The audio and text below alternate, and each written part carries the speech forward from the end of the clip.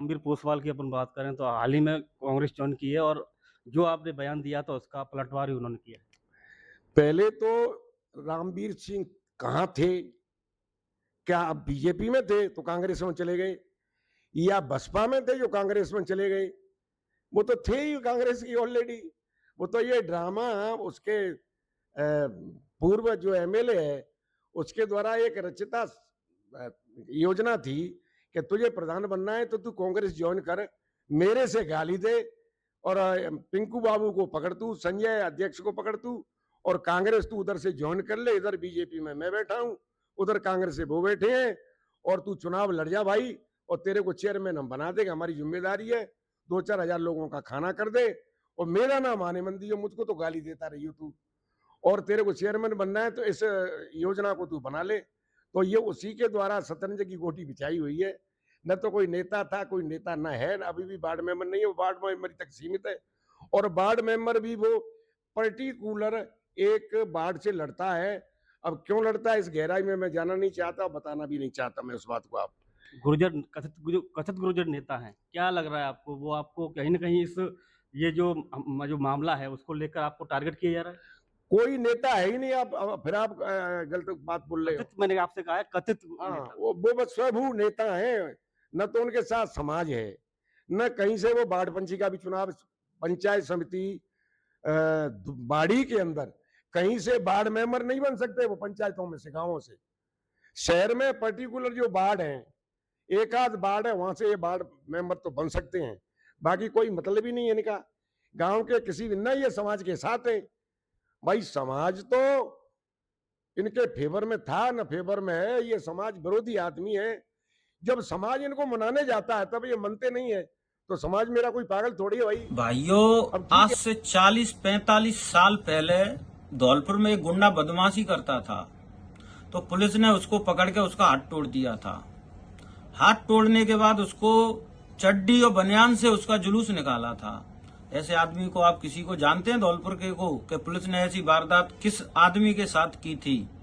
जानते हो तो भाइयों कमेंट्स में जरूर बताना। जो लोग फेसबुक मीडिया पे डालते रहते हैं, कमेंट्स में बताना ऐसा आदमी कौन है। और भाइयों, मैं आपको एक बात और बताना चाहता हूं कि अभी जसवंत जी ने मेरे बारे में कुछ बयान दिए हैं मीडिया को। जसवंत जी कह रहे थे कि वो एक वार्ड से वार्ड पार्षद बन जाता है रामवीर पोसवाल।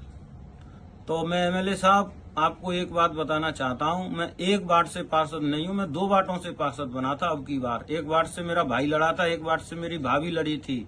और वो भी पार्षद कैसे बने थे? मलिंगा जी फुल सरकार में थे, मलिंगा जी ने एसपी को मेरे पीछे लगा दिया था, और वार्ड में फिलांग, टॉर्चर, हर वार्ड के आदमी को टॉर्चर करा था। पूरी सरकार का प्रशासन उसमें लगा दिया था मुझे हराने के लिए, फिर भी मलिंगा जी मुझे नहीं हरा पाए। एमएलए साहब, मैं दोनों वार्डों से चुनाव जीता था।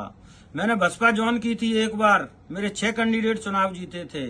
आप भूल जाते हैं एमएलए साहब, आप उस टाइम बीजेपी में थे, आपने आके कहा था कि हमारी बीजेपी की टिकट आप बांटो। एमएलए साहब, आपकी तो इतनी भी औकात नहीं थी कि आप एक सीट निकाल सकते थे। मैंने आपकी बीजेपी की टिकट बांटी थी, बसपा बीजेपी दोनों की टिकट मैंने मिक्स करके बांटी थी।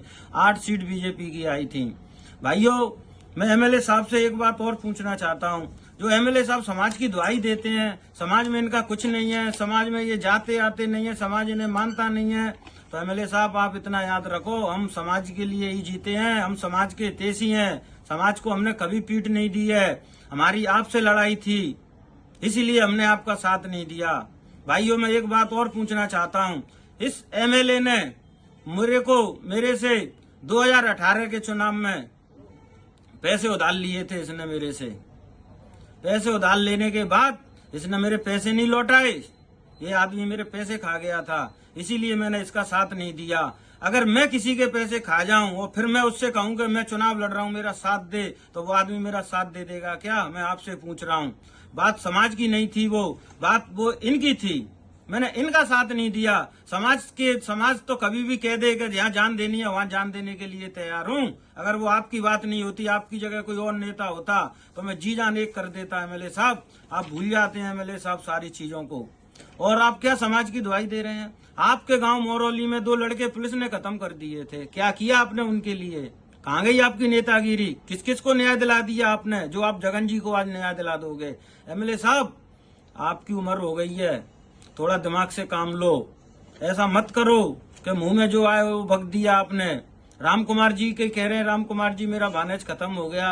राम कुमार जी ने आपके लिए क्या नहीं किया एमएलए साहब? उसकी जब हालत खराब हुई, उसकी तबीयत बिगड़ी, आपने उससे दूरी बना ली। आप अपने भानेज के नहीं हो सके, आप अपनी बीवी के नहीं हो सके, तो इन समाज से तो आपका संबंध ही क्या है एमएलए साहब? आप अपने सगों के नहीं हो रहे हैं तो इस समाज का आप क्या करोगे? 3 साल हो गए आपको, किसी के घर पे आपने देखा है कि क्या दुख है, क्या हो रहा है? जो बाड़ी ने आपको सबसे ज्यादा वोट दिए, उस बाड़ी में कभी देखा है कि बाड़ी कैसी हालत में रह रही है? घोटू घोटू पानी भर रहा है बस्ती के अंदर, बाड़ी के अंदर, कैसे लोग घर में रह रहे हैं, आपने इस पे कभी गौर नहीं दिया एमएलए साहब। और आप मेरी क्या कह रहे हैं? मलिंगा मुझे चेयरमैन बना देगा, मैं मतलब ये हो जाएगा? एमएलए साहब आप भूल रहे हैं, मैं कोई चेयरमैनी के लिए तैयारी नहीं कर रहा हूं। मैं तो चुनाव लड़ूंगा एमएलए का, और डंके की चोट पे लड़ूंगा। जो भी प्रतिद्वंदी सामने आएगा उससे लड़ूंगा, चाहे मलिंगा जी हो, चाहे आप हो, चाहे कोई भी हो, चुनाव लड़ूंगा और बैठूंगा। और नहीं, इतना और याद रख लेना एमएलए साहब, आप जिस गलत फहमी मत रहना कि मैं बैठ जाऊंगा। गलत, कभी गलत मत सोचना इस चीज को कि मैं बैठ जाऊंगा। और एमएलए साहब, मैं आपको एक बात और बता दूं, एमएलए साहब आपका खेल खत्म हो चुका है। एमएलए साहब थोड़ा दिमाग से काम लो। पुर्राज जी के बारे में आप कह रहे थे, 4 कैंडिडेट सरपंची का चुनाव लड़ते हैं, वो चौथे पे आते हैं, तो सरपंच साहब उनके कर्म चौथे पे लाते होंगे। अब ये तो उनको पता है कि चौथे पे आते हैं, कि वो पहले पे आते हैं, कि दूसरे पे आते हैं। ऐसा तो हो नहीं सकता भाई, उनके कर्म खराब होंगे तो वो चौथे पे भी आ सकते हैं, अगर उनके कर्म अच्छे होंगे तो वो फर्स्ट भी आ सकते हैं। तो ये तो कोई बात नहीं हुई। आप अपनी समाज में विद्रोह फैला रहे हैं, कभी आप मेरी बुराई कर देते हैं, कभी आप पुर्राज जी की बुराई कर देते हैं। और एमएलए साहब, मुझे तो अभी 1 ही महीना हुआ है, 1 ही महीने में आपकी जबान पर मेरा नाम आ गया। धन्य हो एमएलए साहब, मेरे लिए तो बहुत बड़ी बात है कि आप मीडिया में मेरा नाम ले रहे हैं। एक छोटे से पार्षद से, वो भी पूर्व पार्षद से आप इतना डर रहे हैं एमएलए साहब? अभी तो काफी समय डला है विधानसभा के चुनाव में, आपको तो बीमारी पड़ जाएगी। आप दवाई खाइए, मेरे बारे में सोचना बंद कीजिए और समय के ऊपर छोड़ो, क्या होगा अभी से इतना क्यों सोच रहे हो? एमएलए साहब दवाई ले लो, अच्छा रहेगा। वैसे ही आदमियों की कमताई होती चली जा रही है समाज के अंदर दिन पे दिन, कहीं भगवान ना करे कोई ऊंच नीच हो जाए। एमएलए साहब आप तो मस्त रहा करो, इतना टेंशन क्यों ले रहे हैं? वो भी मुझसे टेंशन ले रहे हैं, ऐसे टेंशन लोगे तो कैसे चलेगा? अभी तो 2.5-3 साल बची हैं चुनाव की।